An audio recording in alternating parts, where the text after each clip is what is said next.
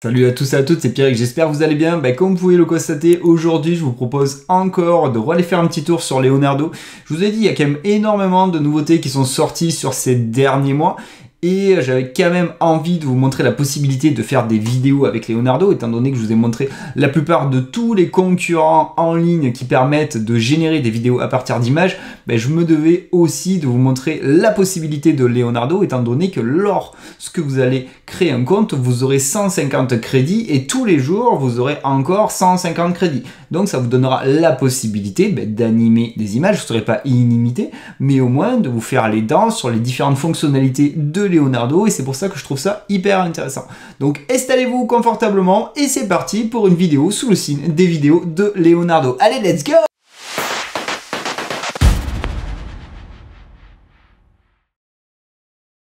Ok, du coup, nous voici dans Leonardo. N'oubliez pas, pour rappel, dès que vous aurez créé un compte, vous aurez 150 tokens tous les jours qui vont vous permettre de tester toutes les fonctionnalités de Leonardo. Et Leonardo, c'est vraiment un tout en un qui vous permet de générer des images. En plus, il y a énormément de modèles qui sont déjà prédéfinis. Donc, si vous ne maîtrisez pas forcément l'art du prompt pour faire tel ou tel style, là, ça sera beaucoup plus facile. Et en plus de ça, c'est quand même un tout en un parce que maintenant on a quand même un upscaler, on a un live canvas, de l'inpainting, l'outpainting et la possibilité en plus de ça de transformer des images générées de Leonardo en vidéo ou n'importe quel type d'image uploadée en vidéo comme le font beaucoup de concurrents. Donc ça c'est plutôt très cool.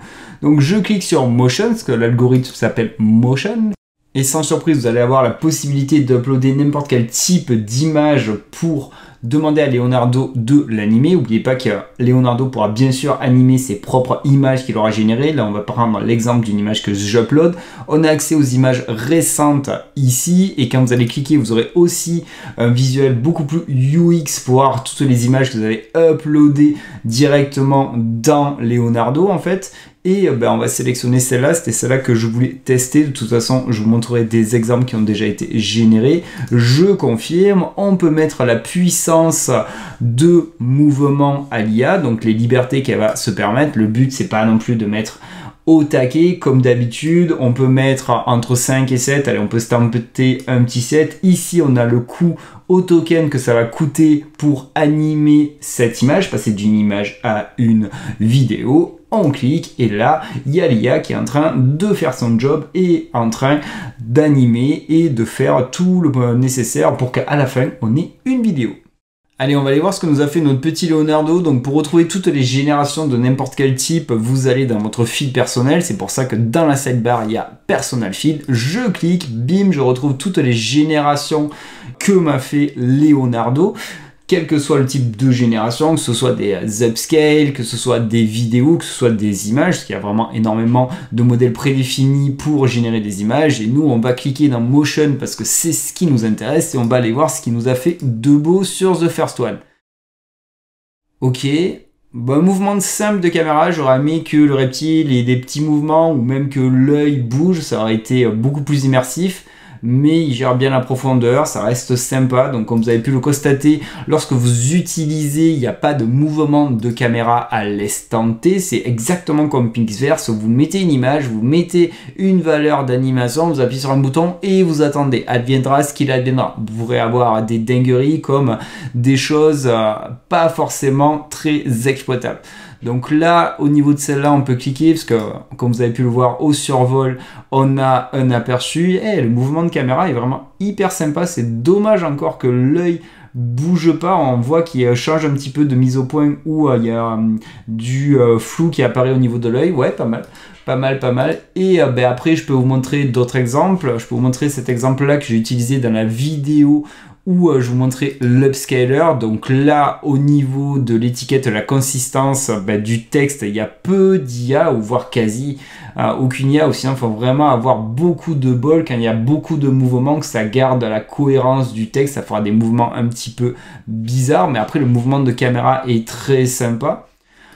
Après, on peut vraiment avoir des choses qui seraient pas très vendeuses. Là, je sais pas laquelle des deux, mais à un moment donné, il a fait des trucs un peu chum. Donc là, ouais, là, il y a un peu de morphing passé en mode film d'horreur. mais de toute façon, ça reste le même principe pour n'importe quelle IA que j'utilise Pika, que j'utilise Gen 2, que j'utilise Pixverse ou n'importe quelle IA qui va faire des vidéos, ben, il y a toujours une part d'aléatoire et parfois il peut y avoir des mouvements de morphing qui seraient vraiment bizarres. Par contre, franchement, quand on a des belles images, des beaux plans, des images qui ont vraiment un cachet photographique, publicitaire, c'est vraiment pas déconnant de se dire qu'on peut faire un petit teaser directement avec des IA en partant de générations d'images. Le combo, en fait, idéal, c'est facile. Mid-journée ou stable diffusion, peu importe, mais ou n'importe quelle IA qui peut faire du photoréaliste, mais à ce jour, c'est vrai que Mid-journée est quand même assez badass sur le photoréaliste. On génère l'image, on passe par un upscaler qui hallucine. La Rolls, vous savez ce que je vais dire, c'est magnifique. On upscale, bim, on prend le résultat et on utilise n'importe quel type d'IA qui est capable de passer d'une image à une vidéo et on enchaîne les différents plans jusqu'à avoir une publicité. Mais ça va vite arriver parce que quand je vois déjà les résultats que ça peut faire, alors là c'était une image directement de Leonardo, de la communauté, même pas de moi, parce que vous pouvez animer n'importe quel type d'image. Par exemple, là quand je descends dans le feed, là je vois que des vidéos, mais si je vais dans le feed de la communauté, je peux avoir accès à toutes les images de la communauté et quand vous cliquez sur une des images, vous aurez la possibilité de faire le image to motion et donc de transformer cette image en vidéo. Après, bon, c'est pas vous qui avez généré l'image, c'est pas le but, mais c'est juste pour montrer la possibilité qu'on a la possibilité de transformer tout type d'image, qu'elle soit de vous ou pas, en vidéo.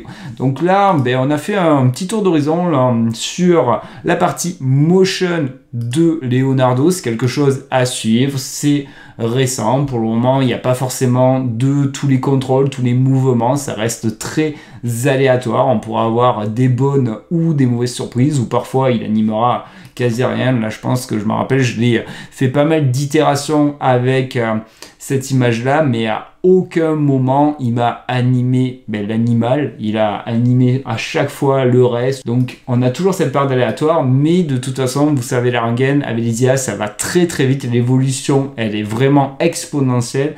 Et là, rien que sur le premier trimestre 2024, je pense qu'on va être assez calmé au fur et à mesure de voir de plus en plus de teasers, trailers générés 100% via des combos d'IA qui vont faire très mal visuellement.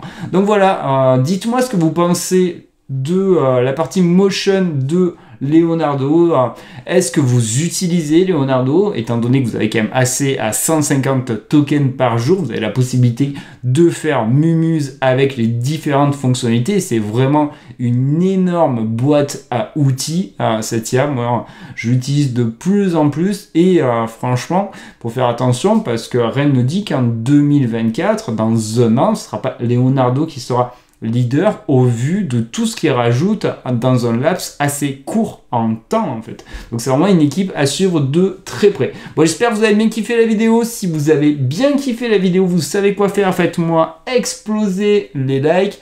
Comme d'hab, vous savez ce que je vais dire, mais si vous voulez louper aucune autre vidéo, être notifié comme ça, moi je fais une vidéo, je la monte, je tourne, je publie et cache, vous êtes notifié. C'est pas beau la technologie.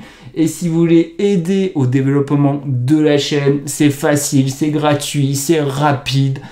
Abonnez-vous, un petit bouton, vous cliquez et comme ça, ça aide à l'algorithme à faire développer lentement mais sûrement la chaîne. Allez, moi je vous dis, prenez bien soin de vous et à bientôt pour de nouvelles aventures. Allez, salut, ciao, ciao. Los bandoleros à vie. Los bandoleros à vie.